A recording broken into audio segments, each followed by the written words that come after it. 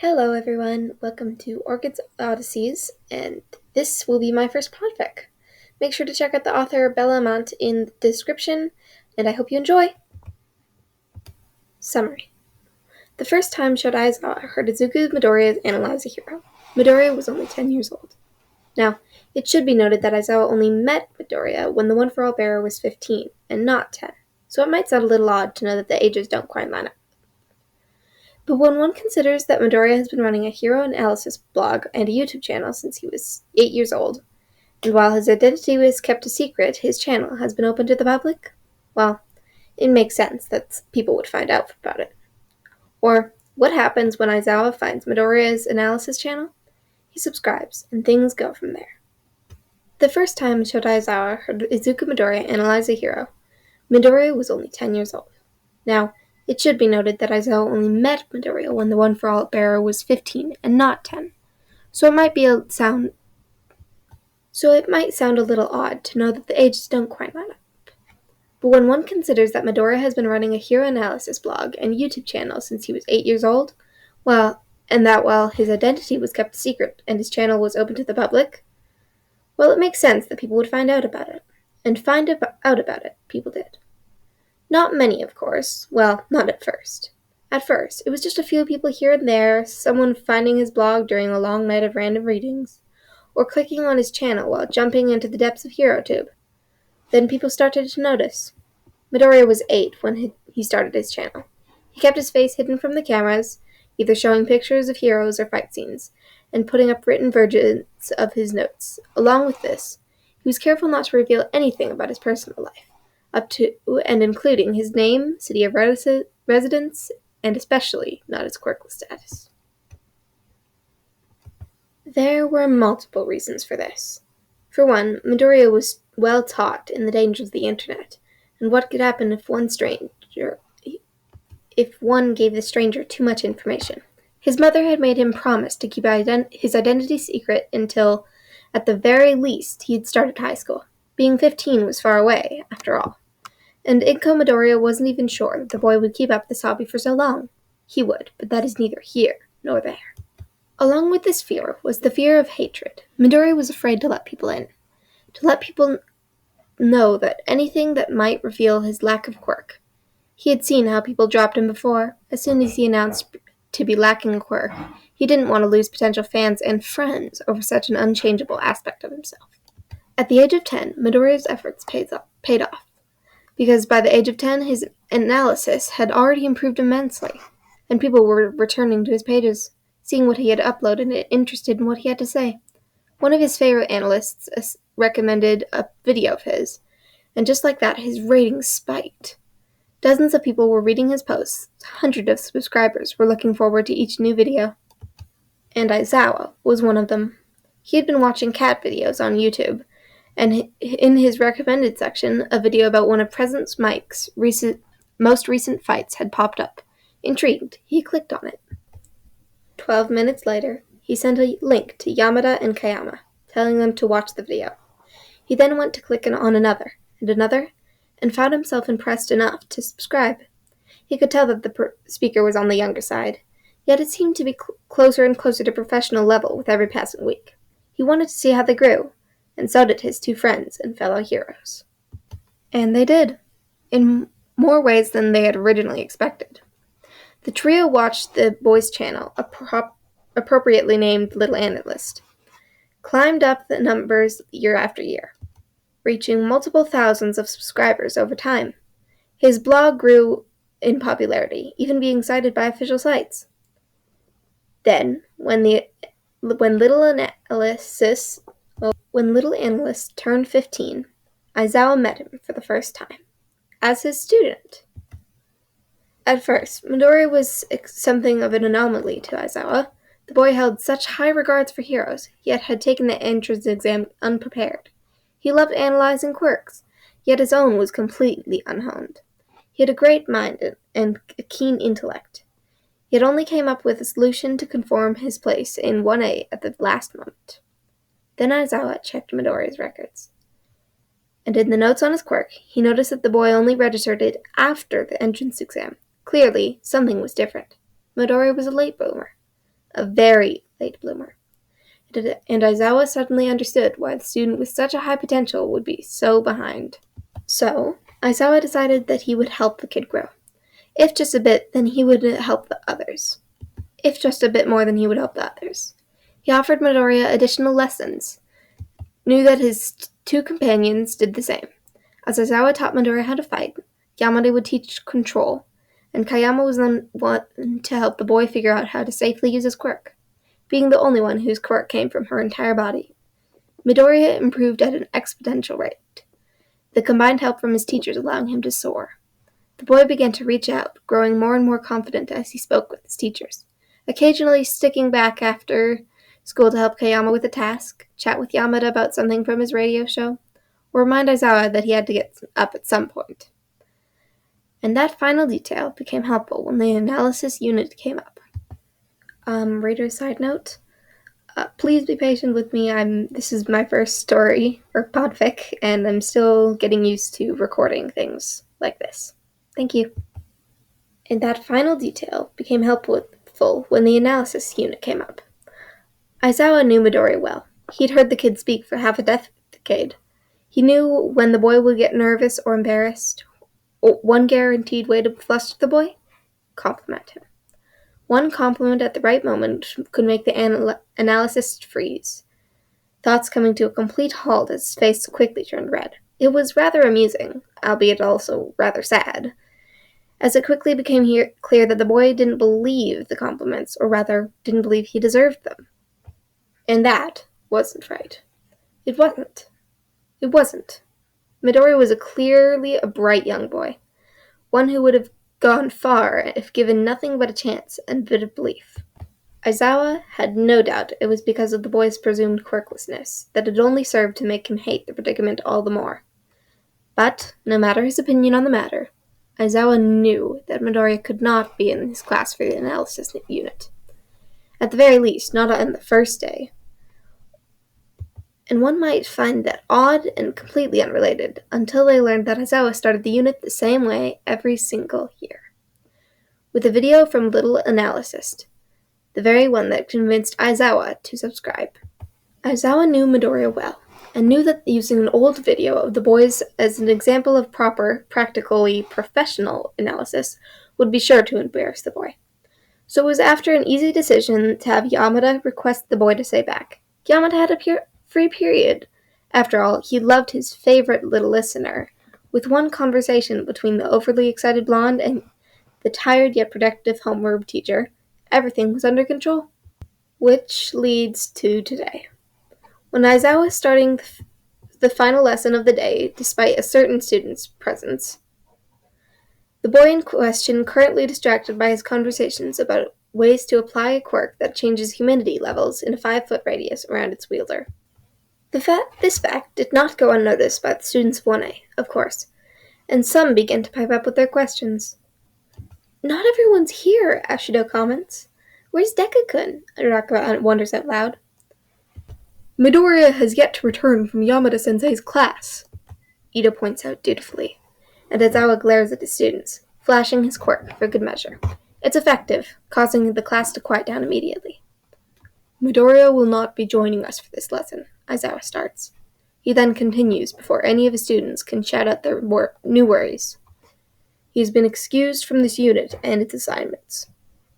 Why? Kaminari asks immediately. What's the topic even about?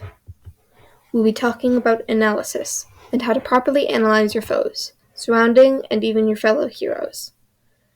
Aizawa explains, Midoriya has shown enough, by now, that he has been more than adequate grasp on the matter. Well enough that he has surpassed some professional analysis, and has such been excused from the unit. Not that Aizawa has told Midoriya this yet. In all honesty, in his haste to make sure that the boy was kept away from the classroom, he forgot to inform Midoriya that he'd be excused from the assignments. He'll have to do that later. As Aizawa reaches this realization, the students of 1A try to accept his reasonings. They know, of course, that Midoriya likes to analyze heroes and quirks. They've heard his muttering tangents and seen him crawling in his beloved notebooks, but they've never actually seen the final result of his thoughts. To say that his analysis is so professional and is more than just a rant of randomly pieced together ideas, it's rather odd. Odd enough that Ojiro slowly lifts his hands, clears his throat awkwardly when Aizawa calls on him. I don't mean to be offensive, but how do you know Midoriya is so good? Has he shown you his notebooks? From what Ojiro or any of his classmates can recall, Midoriya has never shown his notebooks. He offered to do so once, and only once. And that was in the heat of the moment during the sports festival. Since then, he's never brought up the idea of showing a page from his notebook, and no one's asked. He has not, Aizawa denies, because the green-haired boy hasn't. Perhaps that's another thing Aizawa should ask about. He has been curious what the notebook holds within its pages. Then how do you know? Mineta demands. Midoriya may not be the best at analysis. Yao Momo is good at analyzing things too, Jiro mutters. But she's still here. I think this will be enough proof that Midoriya can handle himself, Aizawa says. And then he begins to play the video, projecting it onto the chalkboard. Instantly, the screen has a picture of President Mike standing tall, proudly smiling at the camera and flashing a victory sign with his hand. A timid voice begins to speak, one that's familiar yet softer than usual. Hey everyone! Your little analyst is back with a new video. I know that I promised to break down the pros and cons of committing to an aesthetic as a hero, even if it means hindering movements, but you'll just have to wait a week for that. Sorry. The sound of someone clearing their throat fills the air, and then the speaker continues, filling the silence of the surprise classroom. Normally, I'd never make you guys wait, but a lot of people have been asking how quickly I come up with my analysis. And if I could make videos on new fights and heroes. So here we are. Today we're going to be talking about President Mike's fight against Elephantum. Aizawa glances around the room, taking in his students' reactions. At the name of the fight, it's clear that no one recognizes it. Not a single student perks up at the mention of the fight, or even widens their eyes in recognition. Now, President Mike isn't exactly a new hero. He's been the voice hero for 8 years now, and has recently taken the rank of 67 in the most recent popularity polls. If he continues to act as he does and doesn't slow down drastically, I've predicted that he'll reach his top 50 within the next year, and might be able to get all the way up to his low 30s by, well, his 30s. Yamada had indeed made it to the spot 38 by his 30th birthday. Aizawa remembers the celebration they threw for the man, who had cried with joy and proclaimed little Analyst to be his guardian angel. The speaker's voice begins to grow more confident, little Analyst getting more into his thoughts with every additional sentence spoken. But while President Mike isn't exactly new to the scene, the fight is still fresh. Elephantum was just subdued a little under an hour ago. It'll be likely have been 2 hours by the time I figure out what pictures I used to upload this. So let's just hop right into the analysis. The picture changes, going to a somewhat blurry shot of President Mike facing down a man with elephant-like features, including giant gray ears and tusks protruding from his face. Little Analyst continues to talk, the words ingrained in Aizawa's memories as they fade into the background. Even though Aizawa isn't focusing on what the boy is saying, he knows that the brunette is recalling how Elephantum had managed to evade heroes for months. A master of stealth despite his rather noticeable features. Despite his stealth, however, the villain had a habit of becoming the center of attention once he decided to attack, choosing big, bold moves over more secretive ones. His favorite, destroying buildings, mainly ones filled with people. As Little Analyst goes on to explain how President Mike had been able to take the villain down with a focused blast of sound, and how President Mike had clearly known what he had been doing, as elephants are weak to noise due to their greater hearing, Aizawa watches his students, and while they don't recognize the fight, it's clear that they narrow their peers' younger voice. that they recognize their peer's younger voice. Bakugo, for one, is openly gaping at the video, eyes narrowing in surprise. The video ends with a cheerful farewell, and Aizawa has to hide his smirk at the absolute silence of his normally loud class. That analysis was made 5 years ago, Aizawa informs. Now, who really thinks that I have anything to teach Midoriya about analysis? No one answers, and Aizawa turns to begin the lesson. Then the door opens, and Midoriya walks in. Sorry I'm late, Midoriya apologizes immediately. Yamada-sensei and I were talking, and I got distracted. But then I saw the clock, and so I grabbed my stuff and I hurried back. Aizawa-sensei sighs as he hears the footsteps racing through the halls, and holds back a groan when Yamada darts in the room. Sho! I lost my little listen...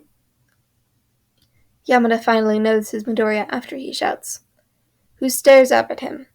My listener. Hey, buddy. Hey, buddy. You didn't lose me, Midoriya responds. I told you that I was late for class? You're excused from this class. Aizawa finally cuts in. The next few classes, actually. I am? Midoriya asks, surprised. Why? Aizawa-sensei can't teach you anything. Sorry. Aizawa-sensei can't teach you anything, Todoroki announces nonchalantly, causing Midoriya to blush and stammer. What do you mean? Of course he can teach me. It's unit on analysis, Aizawa states bluntly. I use your old videos as an example on proper forms of this matter. I don't think you need to learn anything from me. My videos? Midoriya blanches, glancing at the finished video. Wait! I made that video when I was 10, Aizawa-sensei. Those videos are awful. Immediately, there's chaos. That video was really in-depth, Midoriya. And you made it just an hour after his fight? You had more brain cells at 10 years old than Kaminari does now. Hey! It may be true, but you shouldn't say it, Jiro. Kaminari replies. Your video was amazing, Deku-kun. It was really cool. You were rather well versed at 10, Midoriya. I do hope you have more recent videos. I think I'd like to watch them myself. Midoriya's head turns with each additional compliment, eyes tracking whoever is currently speaking. Aizawa smiles at the boy's red face, hiding the expression within the folds of his capture weapon. Nudging the boy's shoulders, he says, You'll be fine without this unit. Why don't you go finish your conversation? Midoriya lets Yamada lead him without a complaint, and Aizawa is filled with pride as he watches the kid go. It may not be how the boy wanted his secret to be revealed, but it's clear that his peers were impressed with his capabilities. Maybe one day, Midoriya will be too. Aizawa will wait for that day patiently, and until then, he'll just have to keep tuning in to the boy's videos with his friends. But that isn't a problem. No, it's not a problem at all. And that was the little analysis by BellaAmant on AO3. It was just shy of 3,000 words. Sorry if you guys were getting a little bit frustrated with my voice. I do not have a speech impediment, but I just am not used to recording my voice. And I'm not good at reading, even though my father is very good at anyways. Sorry, thank you for reading or listening, and I hope you'll come back and listen to my other videos. Thanks!